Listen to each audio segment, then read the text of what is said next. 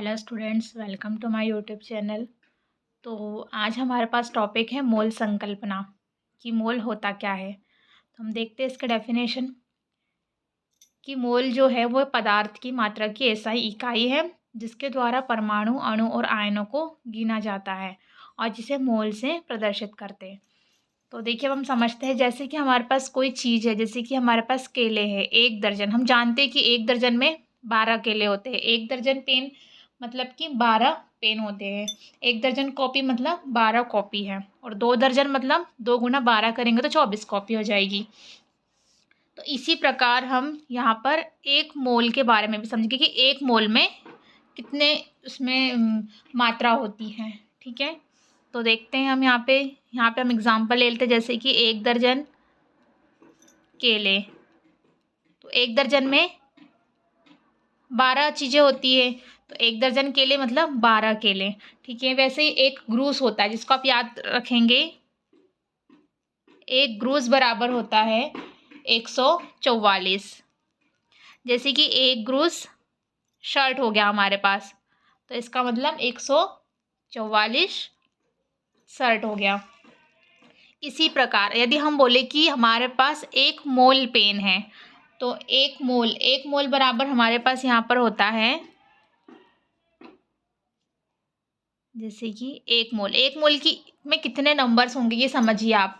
ठीक है, जैसे कि 1 दर्जन में 12 होता है, तो वैसे ही 1 मोल में हमारे पास किसी पदार्थ का अगर हम इसमें संख्या निकालें संख्यात्मक रूप में, तो हमारे पास होता है 6.022 इंटू 10⁻23।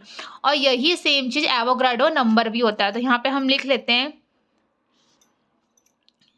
Na। एवोगाड्रो नंबर भी यही होता है 6.022 इंटू 10⁻23 मोल। जैसे कि हमें अणु और परमाणु और आयनों इनका अगर हमें मोल निकालना है तो हम कैसे निकालेंगे। तो हम इस टाइप के क्वेश्चन भी कर लेते हैं, जिसके लिए हमको परमाणु द्रव्यमान भी उस पदार्थ का पता होना चाहिए। तो फ्रेंड्स, मैंने उसके लिए वीडियो बनाया है, तो आप उसको जा कर के देख सकते हैं। ओके, तो देखिए हम मोलों की संख्या हम कैसे निकालते हैं किसी भी अणु, परमाणु और आयन की। तो देखते हैं, हम क्वेश्चन सॉल्व करते हैं। क्वेश्चन से क्या आपको और क्लियर हो जाएगा। लेकिन आपको ये जो नंबर है 1 मोल बराबर ये कितना होता है, ये आपको याद रखना बहुत ज़रूरी है।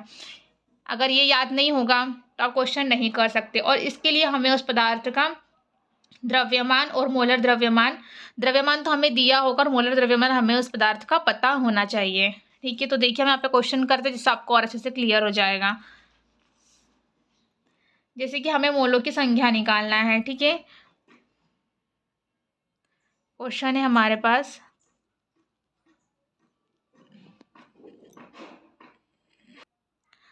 तो देखिए स्टूडेंट्स, यहाँ पे हमारे सामने क्वेश्चन है, हमें मोलों की संख्या को निकालना है।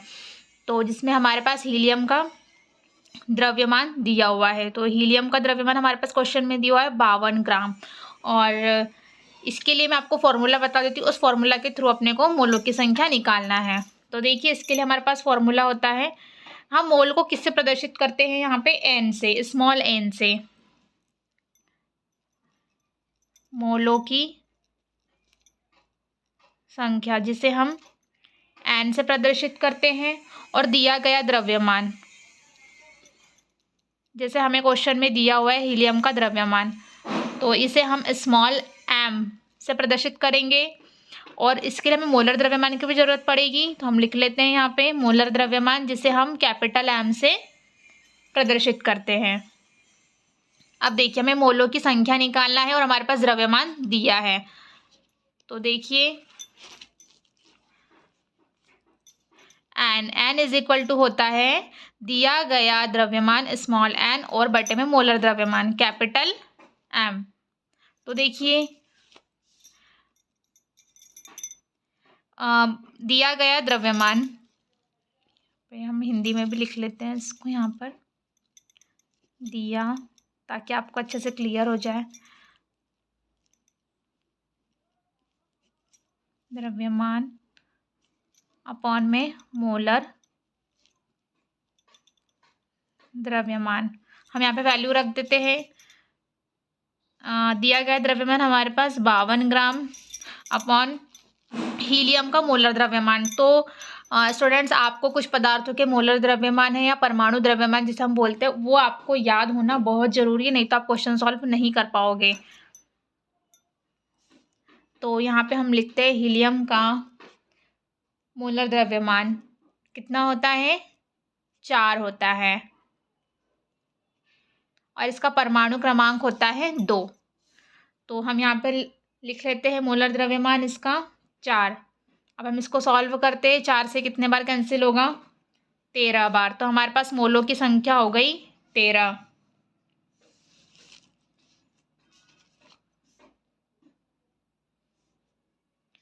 तो हम यहाँ पे लिख लेंगे हीलियम के मोलों की संख्या हमारे पास कितने निकल के आ गई है, 13। आपको क्वेश्चन में दिया रहेगा द्रव्यमान से निकालना है, तो द्रव्यमान हमें निकालना है तो कई बार हमको अणु के मोलों का द्रव्यमान दिया रहेगा, परमाणु का या आयन का, तो या फिर हमारे पास एवोगाड्रो नंबर भी दिया रहेगा, तो जिसकी सहायता से हम मोलों की संख्या इसमें निकाल सकते हैं। या फिर कई बार आपको मोलों की संख्या दिया रहेगा तो आपको उस पदार्थ का क्या द्रव्यमान होगा वो भी निकालना आना चाहिए। तो हम इसी फॉर्मूले के थ्रू इसको निकाल सकते हैं। देखिए स्टूडेंट्स, हमारे पास ये दूसरा क्वेश्चन है। यहाँ पर हमें दिया 12.044 इंटू 10⁻23 हीलियम परमाणुओं की संख्या यहाँ पे हमको दी हुई है ये। तो कणों की संख्या जो ये है, हमारे पास कणों की संख्या से हमें मोल प्राप्त करना है। पहले क्वेश्चन में हमें द्रव्यमान से मोल प्राप्त करना था, अब हमें कणों की संख्या से मोल प्राप्त करना है। तो देखिए इसका फॉर्मूला क्या होता है, हम इसको सॉल्व करते हैं। हमें क्वेश्चन में क्या दिया हुआ है, कणों की संख्या। तो कणों की संख्या को हम कैपिटल N से डिनोट करते हैं। कणों की संख्या को हम यहाँ पे N से डिनोट करते हैं। तो हम इसकी वैल्यू यहाँ पे लिख लेते हैं 12.044 इंटू 10⁻23। और हमें इस यहाँ पे मोलों की संख्या निकालना है, कणों की संख्या दी हुई है, तो हमें इसके लिए एवोगाड्रो नंबर भी पता होना चाहिए। यहाँ पे हम लिख लेते हैं एवोगाड्रो नंबर या संख्या, एवोगाड्रो संख्या जिसे हम Na से डिनोट करते हैं, ये होती है 6.022 इंटू 10⁻23। और मोल को हम स्मॉल n से डिनोट करते हैं। ठीक है, ये हमारे पास दिया हुआ है क्वेश्चन। हमें मोल निकालना है, तो मोल निकालने के लिए यहाँ पे हमारे पास फॉर्मूला लगेगा N/Na।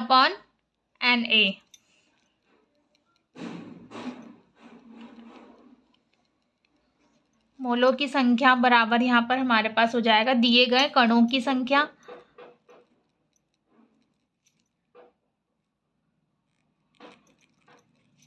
दिए गए कणों की संख्या यहाँ पे हम लिख लेते हैं N, capital N upon Avogadro number,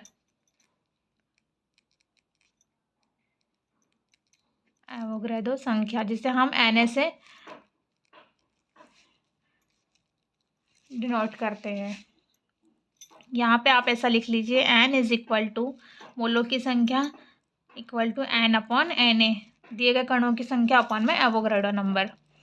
तो यहाँ पे हमें दिए गए कणों की संख्या कितनी है, ये है 12.044 इंटू 10⁻23 अपॉन में 6.022 इंटू 10⁻23। ये तो इससे कैंसिल हो ही जाएगा और ये इससे 2 टाइम कैंसिल हो गया, तो यहाँ पे कितना आ जाएगा 2, जो हमारे पास मोलों की संख्या आ गई है। तो ये हमारा आंसर है। तो आपको समझ में आ गया होगा कि हमको अगर द्रव्यमान दिया है तो हम ये वाला फॉर्मूला लगाएंगे N is equal to small m upon m। और यदि हमें कणों की संख्या दी हुई है, हीलियम कणों में देखो क्या होता है, परमाणु, अणु और आयन, अगर इनकी संख्या दी तो हम मोल कैसे निकालेंगे वो आपको पता होना चाहिए। यहाँ पे हमने निकाल के बताया है आपको।